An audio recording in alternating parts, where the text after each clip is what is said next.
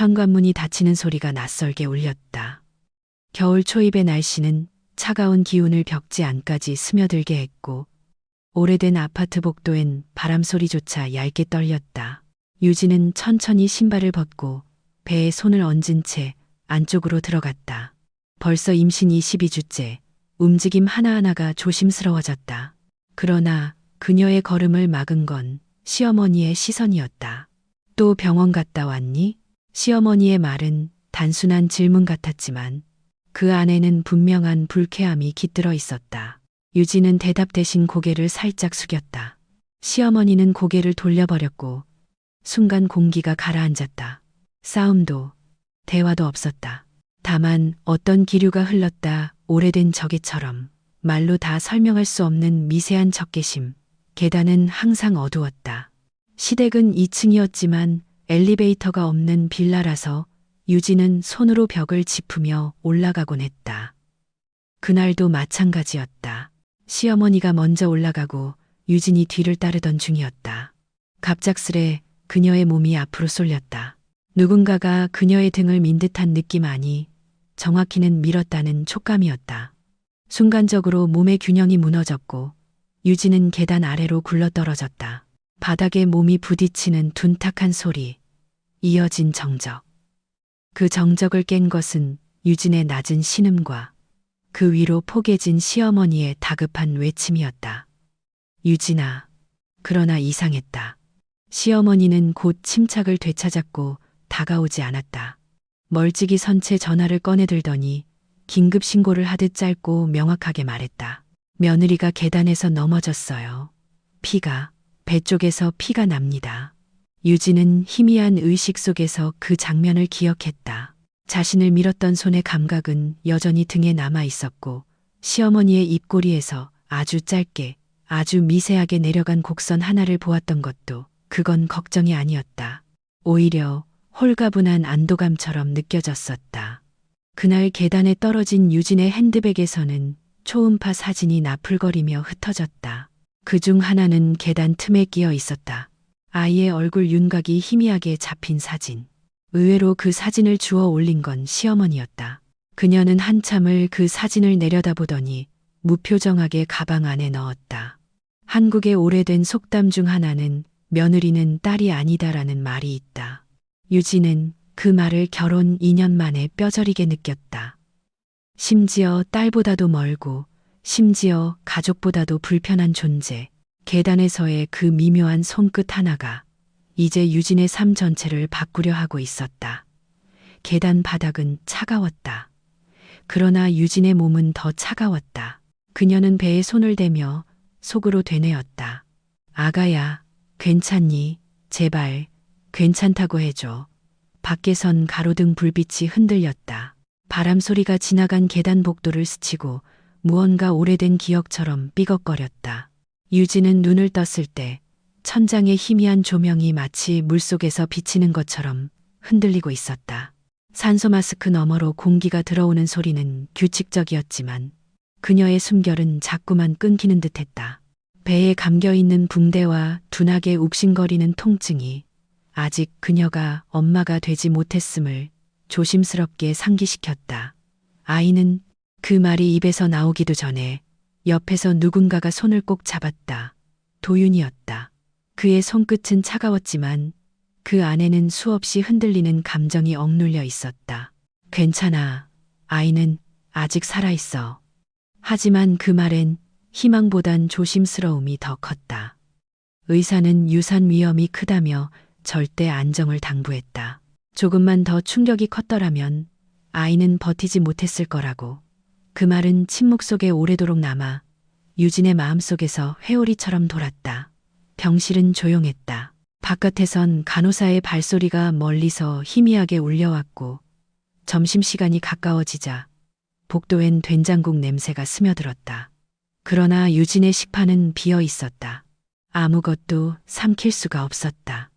뱃속에 생명이 아직 있다는 것만으로도 다행이었지만 어딘가엔 분노와 두려움이 함께 웅크리고 있었다. 엄마가 일부러 그런 건 아닐 거야. 도윤이 말했다.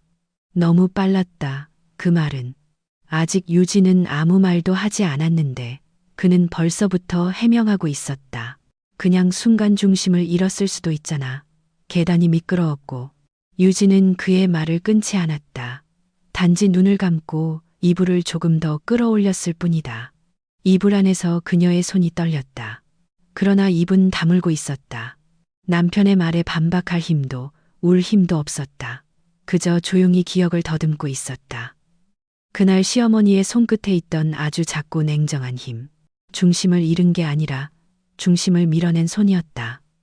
병원이라는 공간은 이상하게 사람을 무력하게 만든다. 말보다 눈빛이, 진심보다 기록이 더 우선시되는 곳. 그곳에서 유진은 점점 작아졌다. 도윤의 보호 아래 놓인 한 생명을 간신히 품은 채의 사람. 하지만 그녀 안엔 말할 수 없는 진실이 뭉근한 열처럼 남아 있었다. 사실 도윤은 좋은 사람이었다. 그를 처음 만났을 때 유진은 알았다. 말투는 조심스럽고 눈빛은 따뜻했다. 다만 어머니 앞에서는 늘 한 걸음 물러났다. 어릴 때부터 그랬다며 어머니에게 함부로 말할 수 없었다고 했다. 그게 그들의 첫 싸움이었다. 결혼 초 유진이 시어머니의 말에 서운함을 토로하자 도윤은 말했다. 우리 엄마 원래 표현을 잘못해. 그냥 참고 이해해줘. 나한텐 그런 엄마라도 소중해. 그 말은 당시엔 감동처럼 들렸다. 하지만 지금은 아니었다. 지금은 그 말이 그녀를 계단에서 밀어낸 손보다 더 아프게 느껴졌다. 밖에선 누군가 병실 문을 열려다 말고 멈추는 소리가 들렸다. 발걸음이 머뭇거리다 다시 멀어졌다. 유진은 문 쪽을 바라보지 않았다. 그저 눈을 감은 채 배 위에 손을 얹고 중얼거렸다. 제발 괜찮게 태어나줘. 그거면 돼. 한국의 산후조리 문화에선 미역국을 꼭 먹는다. 아이가 무사히 태어나길 바라는 마음으로 태어난 그 순간부터 엄마는 매일 같은 국을 끓인다. 그런데 유진은 생각했다. 아이가 태어난다면 이 아이를 위해선 미역국보다 먼저 지켜야 할 게 있다. 안전, 그리고 진실, 병실 조명은 저물어 가고 있었다. 차가운 바람이 창문 틈 사이로 스며들었다. 그리고 유진의 마음속에도 서서히 결심이 스며들기 시작했다. 그날 밤 병실의 불은 꺼지지 않았다. 간호사들은 조용히 들락거렸고 도윤은 의자에 앉은 채 밤을 지새웠다. 유진은 눕혀진 몸으로 숨소리와 기계음 사이에서 과거를 천천히 꺼내 들었다. 그 시작은 처음 시댁에 인사하러 갔던 날이었다. 그때도 계단이었다. 신혼집을 정하기 전 도윤이 부모님과 함께 사는 집에 잠시 머물렀다. 낡은 빌라, 오래된 벽지, 그리고 천천히 삐걱거리는 나무 계단. 유진은 두 손 가득 음식 바구니를 들고 올라갔고 시어머니는 그 문 앞에서 그녀를 맞이했다. 손에 뭐 그렇게 들고 왔니? 요즘 애들은 그냥 오라면 오지. 말투는 가벼웠지만 그 안에는 따뜻함이 없었다. 유진은 웃으며 작은 성의예요라고 말했지만 시어머니는 그 바구니를 받지도 않았다. 대신 도윤을 바라보며 짧게 말했다. 내가 이런 스타일 좋아하더라. 그 한마디가 유진의 마음속에 작은 파문을 일으켰다. 그러나 도윤은 그 말을 흘려버렸다. 그날 밤 그는 유진에게 이렇게 말했다. 우리 엄마는 말이 좀 거칠어도 나쁘진 않으셔. 그냥 적응하면 돼. 적응. 유진은 그 말에 결혼이란 그런 건가 보다 했다. 사랑하는 사람을 위해 부모의 기질도 감정도 참고 받아들이는 것. 하지만 시간이 지나며 시어머니의 말은 점점 직접적이 되었다. 내가 집에 오면 도윤이가 말이 없어져. 임신은 좋은데 요즘 젊은 애들은 몸 하나 간수도 못해. 말은 칼처럼 날카롭지 않았다. 오히려 부드러웠다. 그렇기에 더 아팠다. 매일 밥상을 차릴 때마다 시어머니는 숟가락을 살짝 밀고는 말없이 일어나곤 했다. 유진은 아무 말도 하지 않았다. 그 무언의 거절이 가장 큰 말처럼 느껴졌기에 한 번은 유진이 과일을 깎아 접시에 놓자 시어머니는 손도 대지 않고 말했다. 우리 집은 배 깎을 때 저렇게 안 해. 그 말이 뭐 그리 큰 뜻이었을까. 하지만 유진은 그날 밤 조용히 화장실에 들어가 울었다. 문을 닫고도 소리를 낼 수 없었다. 한국의 전통적인 가부장 문화 속에서 며느리는 종종 손님보다 못한 식구라는 인식이 남아있다. 유진은 그것을 뼈저리게 느꼈다. 가정 안에서의 고립감 단지 함께 사는 공간이 아니라 관찰당하는 자리에 있다는 압박. 도윤은 그런 유진을 위로하기 위해 가끔 꽃을 사왔다. 하지만 유진은 그 꽃이 식탁 위에 놓일 때마다 시어머니가 어떻게 눈길을 피하는지를 기억했다. 마치 그 꽃이 자신에게 향한 무언의 반항처럼 느껴지는 듯 그녀는 항상 거실로 자리를 옮기곤 했다. 그러던 어느 날 유진은 우연히 문틈 사이로 시어머니의 전화를 듣게 되었다. 나는 아직도 얘가 우리 집에 어울린다고 생각 안 해. 너무 약해. 약한 애는 결국 무너지게 돼. 그 말은 며느리가 아닌 여자로서 들을 수 없는 말이었다. 유진은 그 순간 처음으로 두려워졌다. 이 집에서 나는 얼마나 더 버틸 수 있을까? 그리고 도윤은 얼마나 더 모른 척할 수 있을까? 지금 병실 침대에 누운 그녀는 그 모든 장면을 하나씩 다시 꺼내 들고 있었다. 이건 단순한 사고가 아니었다. 그날 계단 위의 미끄러짐은 수년간 쌓여온 감정의 결론이었다. 복도 끝에서 발자국 소리가 들렸다. 멈췄다가 다시 사라지는 소리. 유진은 눈을 감은 채 마음속으로 중얼거렸다. 나는 모른 척하지 않을 거야. 이번엔 절대로. 창밖으로 바람이 불었다. 병실 커튼이 가만히 흔들렸다. 그 안에서 유진은 서서히 어떤 결심을 굳히고 있었다. 이 침묵은 더 이상 받아들일 수 없다고. 병실 복도는 항상 눅눅한 냄새가 감돌았다. 희미한 소독약과 끓는 물의 향이 섞인 공기. 그 속에서 유진은 휠체어를 타고 천천히 지나갔다. 아직 걷기엔 무리가 있었다. 그러나 앉아만 있는 것도 버거웠다. 움직임은 고통스럽지만 정지된 시간은 더 고통스러웠다. 그날 오후 도윤은 업무가 있어 병원을 나섰고 간호사는 회진 준비로 바빴다. 유진은 말없이 복도 끝을 바라보았다. 그 길 위에 어딘가 모르게 서늘한 기운이 맴돌았다. 천천히 복도를 따라 이동하던 중 그 끝에서 시어머니가 걸어오고 있었다. 짙은 남색 코트에 머리는 단정하게 묶여 있었고 손에는 종이백이 들려 있었다. 발걸음은 조심스러웠지만 시선은 곱고 흔들림이 없었다. 유진도 시선을 피하지 않았다. 둘의 눈이 맞닿은 순간 공기가 잠시 멈춘 듯했다. 서로 몇 걸음 앞에 멈춰선 채 어떤 인사도 없었다. 복도의 형광등이 위에서 웅웅거리는 소리를 냈고 그 아래 두 사람은 가만히 서 있었다.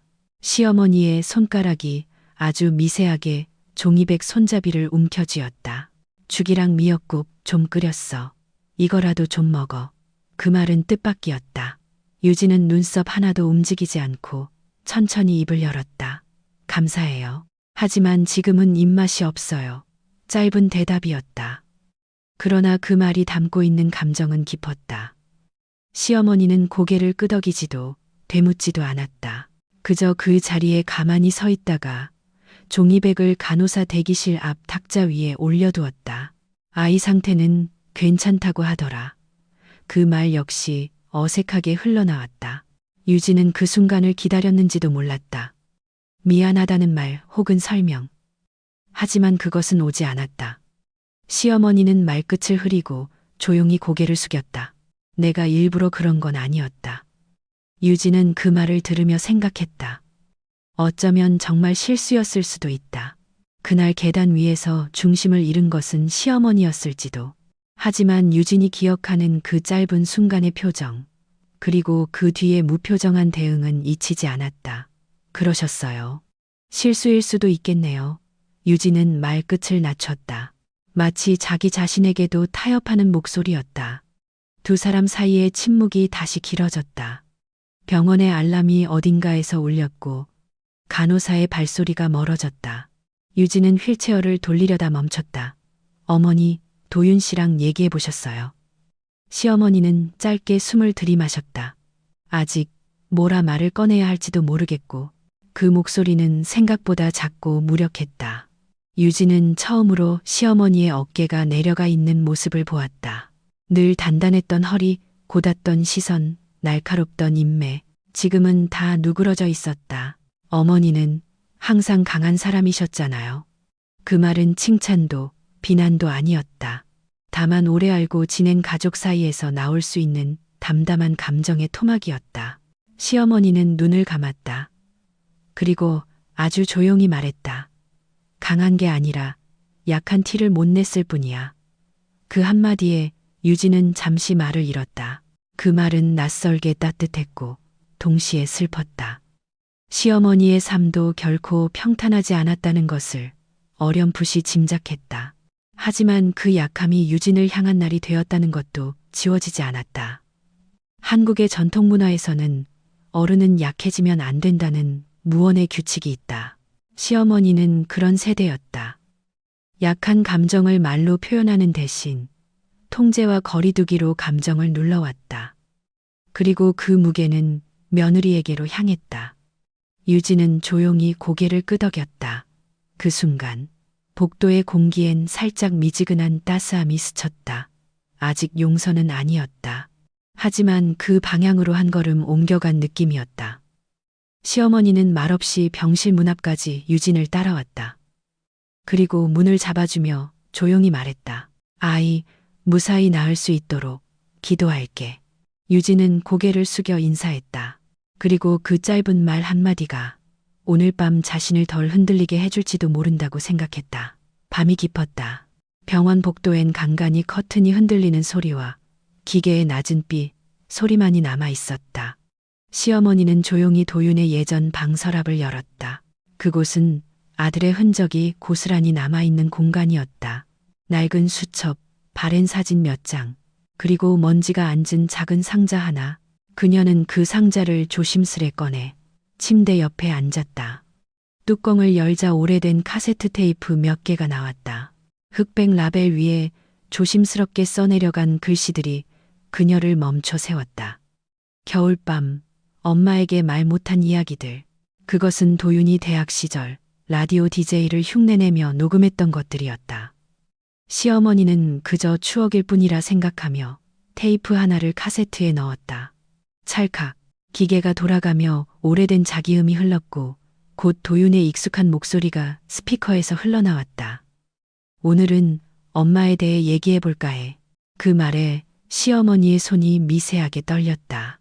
목소리는 젊고 조심스러웠지만 감정이 실려 있었다. 어릴 땐 엄마가 늘 옳다고 생각했어. 말이 짧고 웃음이 드물어도 그게 사랑이라고 믿었거든. 시어머니는 눈을 감았다. 그 말은 칭찬처럼 시작되었지만 다음 문장이 곧바로 이어졌다. 근데 유진이를 만나고 나서 알았어. 어떤 사랑은 말로 표현돼야 한다는 걸. 그냥 참고 그냥 감싸달라는 말은 결국 누군가를 아프게 만들더라. 테이프 속에서 도윤은 침묵했다. 그리고 한참 후에야 조용히 이어졌다. 엄마가 유진이를 싫어하는 이유. 나도 알아. 엄마는 강한 여자를 좋아하잖아. 끌려다니지 않고 자신을 지키는 사람. 근데 유진은 다 받아줘. 침묵으로 견디는 사람이야. 시어머니의 눈썹이 살짝 찌푸려졌다. 그 말이 어쩐지 자신을 겨냥한 것처럼 느껴졌다. 내가 두 사람 사이에서 늘 눈치만 보게 된 건 아마 내가 아직도 엄마의 아들이기 때문이겠지. 남편이 아니라. 그 순간 그녀의 심장이 순간 움찔하며 내려앉았다. 그 말이 무겁게 꽂혔다. 엄마의 아들이라는 말. 그녀가 가장 원했고 가장 두려워했던 말이었다. 테이프가 돌아가는 동안 방 안의 시계는 새벽 2시를 가리키고 있었다. 시어머니는 한 손으로 입을 가린 채 소리를 죽여 울었다. 도윤의 말 하나하나가 조용히 그녀를 파고들었다. 내가 언젠가 아이를 갖게 되면 그 아이에겐 말해줄 거야. 사랑은 참고 견디는 게 아니라고. 말해야 전해진다고. 시어머니는 잠시 테이프를 멈췄다. 기계 안에서 돌아가는 테이프 릴이 삐걱거리다 멈추었다. 그 소리가 방 안의 고요함 속에서 유난히 크게 울렸다. 그녀는 처음이었다. 아들의 내면을 이렇게 깊이 들여다본 것은. 그는 항상 묵묵히 자신을 따라주었고 가족 안에서 균형을 맞추는 역할을 자처했다. 그러나 그 안에 얼마나 많은 갈등과 말 못할 감정들이 숨겨져 있었는지를 이제야 알게 된 것이었다.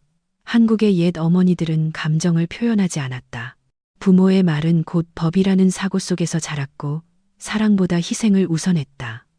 시어머니 역시 그런 사람이었다. 도윤을 지켜야 했고 가정을 지켜야 했고 그래서 말없이 모든 걸 참아냈다. 하지만 그 침묵은 결국 다른 침묵을 낳았다. 유진의 그리고 도윤의 그녀는 조심스럽게 상자 안에 있던 다른 테이프 하나를 꺼냈다. 결혼하고 처음으로 싸웠던 날 라벨 위 글씨는 떨린 듯 삐뚤었다. 그녀는 재생 버튼을 누르지 못한 채 한참을 바라보기만 했다. 그리고 그날 밤 병원 복도에는 다시 조용한 발소리가 울렸다. 시어머니는 새벽 공기를 마시며 천천히 병원으로 향하고 있었다. 손에는 종이백 대신 오래된 카세트 테이프 하나가 들려 있었다. 병실엔 여전히 미약한 빛만이 스며들고 있었다. 창문 틈새로 들어온 새벽 공기가 커튼을 살짝 밀어 올렸고 그 아래 유진은 한 손으로 배를 감싼 채 가만히 누워 있었다. 잠이 오지 않았다. 몸은 피곤했지만 머릿속은 되감기 버튼을 누른 듯 계속 과거로 되돌아갔다. 그때 문이 아주 조심스럽게 열렸다. 낯익은 코트 자락, 조심스러운 숨결, 그리고 손에 들린 작은 녹음기, 시어머니였다. 유진은 몸을 일으켜 앉으려다 멈췄다. 시어머니는 손을 내저으며 조용히 다가왔다. 앉지 말고 그냥 누워 있어. 오래 걸리지 않을 거야. 그리고 그녀는 침대 옆 의자에 앉았다. 눈동자가 어딘가 흔들리고 있었지만 표정은 단단했다. 손에 든 카세트 녹음기를 조심스레 내려놓았다. 이거 도윤이가 예전에 혼자 녹음했던 거야. 아마 너도 모를 거야. 말을 아끼던 그녀는 재생 버튼을 눌렀다. 기계음 뒤로 익숙한 도윤의 목소리가 들려왔다. 오늘은 유진이 이야기. 유진은 순간 숨을 멈췄다. 시어머니도 눈을 감았다. 사람은 왜 가장 사랑하는 사람에게 가장 무심해질까? 유진이한테 미안한 게 너무 많아. 엄마와 유진이 사이에서 나는 늘 제일 중요한 순간에 아무 말도 못했지. 목소리는 낮았고 조심스러웠다. 침묵과 침묵 사이 유진은 자신도 몰랐던 남편의 감정에 서서히 젖어들었다. 엄마는 나한텐 절대적인 사람이었어. 그게 버릇이 되어 유진이가 힘들어할 때도 엄마 편을 들었고, 아니, 그냥 피한 거야. 그게 더 솔직한 표현이겠지. 시어머니는 고개를 살짝 숙였다. 그 말이 그녀에게도 무겁게 박히는 듯했다. 하지만 유진이는 참는 사람이야. 참다가 아무 말도 안 하고 스스로 무너지는 사람이야. 그런 사람을 사랑하는 건 그 사람이 무너지기 전에 옆에 있어주는 일인데 나는 그걸 못했어. 그 순간 유진의 눈가에 조용히 눈물이 맺혔다. 도윤은 그녀가 알아왔던 것보다 훨씬 더 많은 것을 느끼고 있었고 더 많은 죄책감을 안고 있었다. 그리고 그걸 시어머니와 함께 듣고 있는 지금 이 순간이 너무나 낯설고 조용하게 아팠다. 엄마에게도 나중엔 말하려 했어. 유진이가 어떤 사람인지, 내가 얼마나 미안해하는지. 근데 이상하게 말이 안 나왔어. 엄마 앞에만 서면 난 아직도 어린애처럼 느껴졌거든. 시어머니의 손이 녹음기 위에 조용히 얹혔다. 마치 도윤의 그 감정을 지금해야 제대로 감싸주는 듯. 그녀는 한참을 아무 말도 하지 않았다. 그래서 이걸 남기기로 했어. 언젠가는 누군가 들을 수 있도록. 아니, 사실은 내가 다시 들을 용기를 얻기 위해. 테이프는 멈췄다. 남겨진 공기 속에선 도윤의 침묵이 계속 맴도는 것 같았다. 시어머니는 천천히 입을 열었다. 나는 그 아이가 이런 생각을 하고 있는 줄 몰랐어. 아니, 알고 있었는데 모른 척 했는지도 몰라. 네가 그렇게 힘든 줄도 그저 버티면 된다고 생각했어. 유진은 침묵했다. 눈물이 베개 옆으로 흘러내리고 있었지만 그녀는 울지 않았다. 그저 오랜 시간 억눌러온 감정이 천천히 풀리고 있는 것 같았다. 계단에서 난 정말 그 순간 네가 미웠던 것 같아. 그 말은 너무도 솔직하고 너무도 위험했다. 시어머니 스스로도 놀란 듯 눈을 질끈 감았다. 하지만 그 순간이 지나고 나서 바로 후회했어. 내가 뭘 했는지도 모르겠고 내 배에 피가 번지는 걸 보는데 정신이 나갈 것 같더라. 유진은 고개를 돌리지 않았다. 하지만 그 말의 무게는 분명히 마음에 닿았다. 실수라는 말은 이제 더 이상 중요하지 않았다. 중요한 건 지금 이 순간 서로가 그 진실을 꺼내놓고 있다는 것이었다. 유진아, 미안해. 정말 미안해. 병실 안은 조용했다. 기계음마저 낮아지고 시간은 느리게 흘렀다. 그리고 처음으로 유진은 아주 조용히 대답했다. 알아요.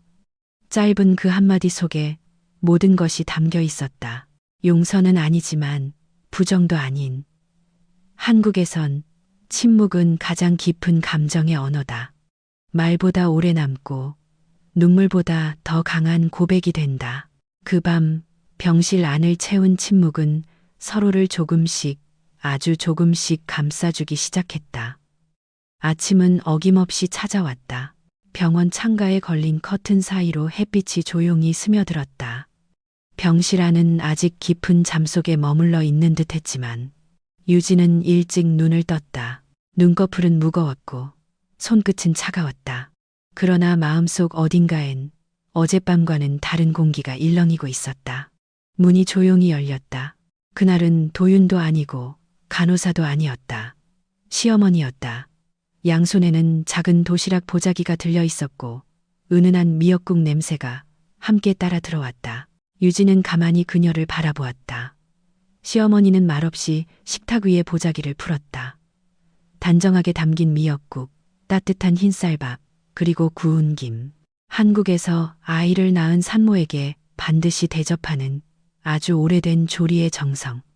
시어머니는 국그릇을 조심스럽게 유진 앞에 밀어놓았다. 미역국, 내가 끓이는 것보다 짤 수도 있어. 내 손맛은 늘 짰으니까. 그 말엔 묘한 농담조차 실려 있었지만 그 누구도 웃지 않았다. 유진은 그 국을 한참 바라보았다. 수증기 사이로 어머니의 손이 떨리는 것이 보였다. 그리고 그녀가 앉기 전 의자 옆에 살짝 주저앉으며 입을 열었다. 도윤이 어릴 때 미역국을 참 싫어했어. 생선보다도 미역을 더 싫어했지. 그녀의 입꼬리가 떨렸다. 그런 애가 어느 날 엄마는 나중에 유진이랑 결혼하면 매일 미역국 끓여줘야 돼. 그러더라. 그 말이 왜 그리 기분 나빴는지.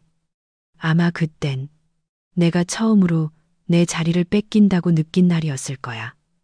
유진은 젓가락을 들었다. 그러나 그 손끝도 약간 떨리고 있었다. 그녀는 조심스레 국을 떠올려 한 모금 입에 넣었다. 짰다. 정말로 짠 국이었다. 하지만 그 짠맛 속에 담긴 감정은 간장보다, 미역보다 훨씬 깊었다. 어머니, 유진이 조용히 입을 열었다. 그날 계단에서 밀었다는 생각은 지우려고 했어요.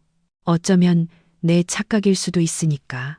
그런데 이상하게 손끝의 감촉은 잊히지가 않더라고요.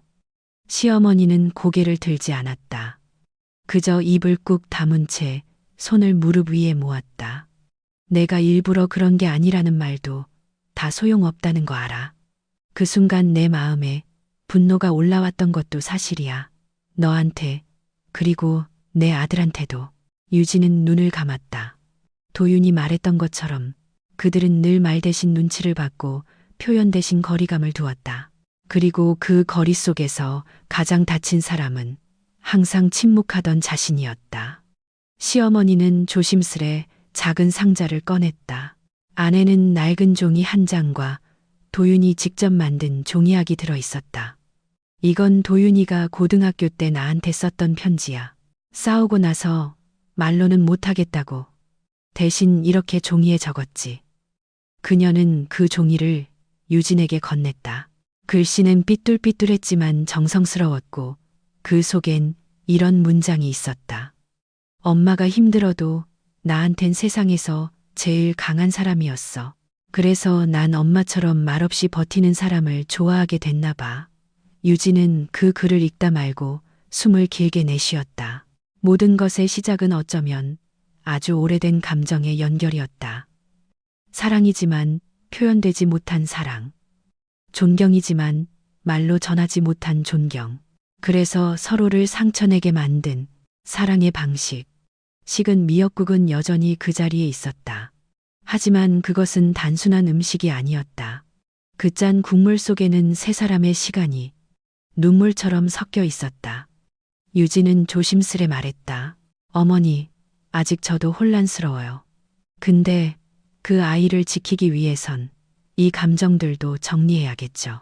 시어머니는 고개를 끄덕였다. 그래, 내 말이 맞아. 우리가 지켜야 할 건 서로를 증오하는 게 아니라 그 아이에게 물려주지 않을 상처야. 아침 햇살이 두 사람의 얼굴을 비췄다. 그 안에서 미묘하지만 분명한 변화가 시작되고 있었다. 아직 용서도 화해도 아니었다. 하지만 그 첫걸음은 지금 이 식은 국 앞에서 조용히 놓여 있었다. 새벽이었다. 하늘은 아직 완전히 밝아오지 않았지만 병실 창밖의 하늘은 어슴푸레한 빛으로 물들고 있었다. 커튼 사이로 들어온 빛은 희미했지만 따뜻했고 그 아래 유진은 소파에 기대어 앉아 있었다. 침대 대신 창가 쪽 소파를 선택한 이유는 단순했다. 숨을 쉬고 싶었기 때문이다. 그녀의 손 위에는 한 장의 초음파 사진이 올려져 있었다. 아직 세상에 나오지 않은 아이의 흐릿한 윤곽, 작은 코, 둥근 머리, 말없는 손가락. 그 생명을 지키기 위해 유진은 지금 이 자리에서 수많은 감정을 눌러야만 했다. 분노, 억울함, 그리고 한때는 사랑이었던 기억들까지도. 문이 조용히 열렸다.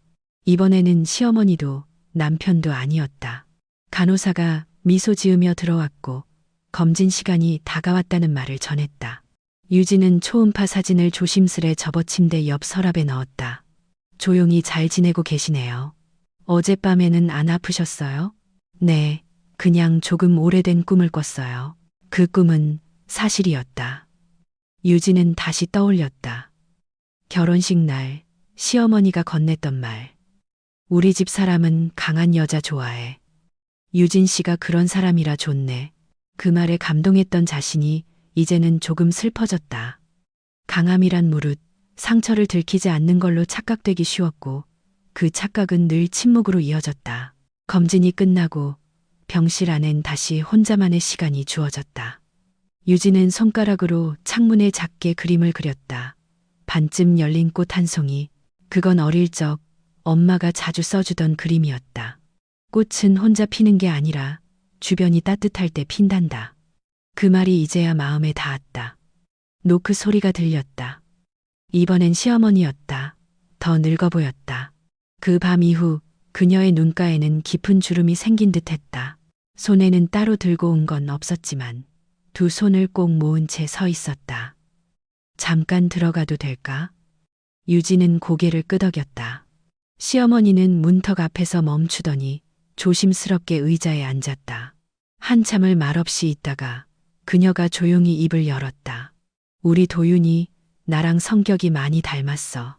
그래서 내가 더 조심해야 했는데 그 아이를 내 옆에 두면서 동시에 엄마 옆에 두고 싶었던 것 같아. 유진은 그녀를 바라보았다. 그녀의 눈에는 후회와 자책이 뒤섞여 있었지만 이번엔 숨기려 하지 않았다. 나는 아들을 사랑했지만 그 사랑이 내게 가는 걸 질투했나 봐. 그래서 그 아이를 품고 있는 너를 제대로 바라보지 못했어. 그 말은 오랜 침묵 끝의 고백이었다. 말보다 손끝이 먼저 떠는 사람, 눈물보다 입술을 다무는 사람이었던 그녀가 처음으로 전한 내 잘못이었다. 유진은 천천히 숨을 들이켰다. 저도 어머니가 밉기만 한 건 아니었어요. 솔직히 어머니가 계단 위에서 그날 그렇게 했을 때도 진짜 마음은 왜 나를 이렇게 미워하실까 그 생각뿐이었어요. 말끝이 떨렸다. 그러나 그 떨림은 이제 두려움이 아니었다.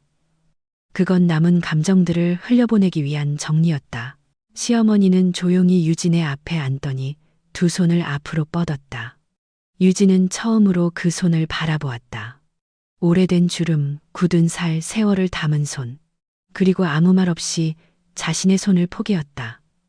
그 손끝이 닿는 순간 두 사람의 침묵은 달랐다. 이전의 침묵은 견딤이었다면 지금의 침묵은 받아들임이었다. 어쩌면 그것이 그들 사이에 가능했던 유일한 화해의 방식이었을 것이다. 그날 오후 유진은 짧은 메모를 남겼다. 아이 이름은 하진으로 지으려고 해요. 하늘처럼 진심을 품은 사람이란 뜻이에요. 창밖에는 은은한 햇살이 비치고 있었다. 그 빛 속에서 유진은 처음으로 아기의 태동을 느꼈다.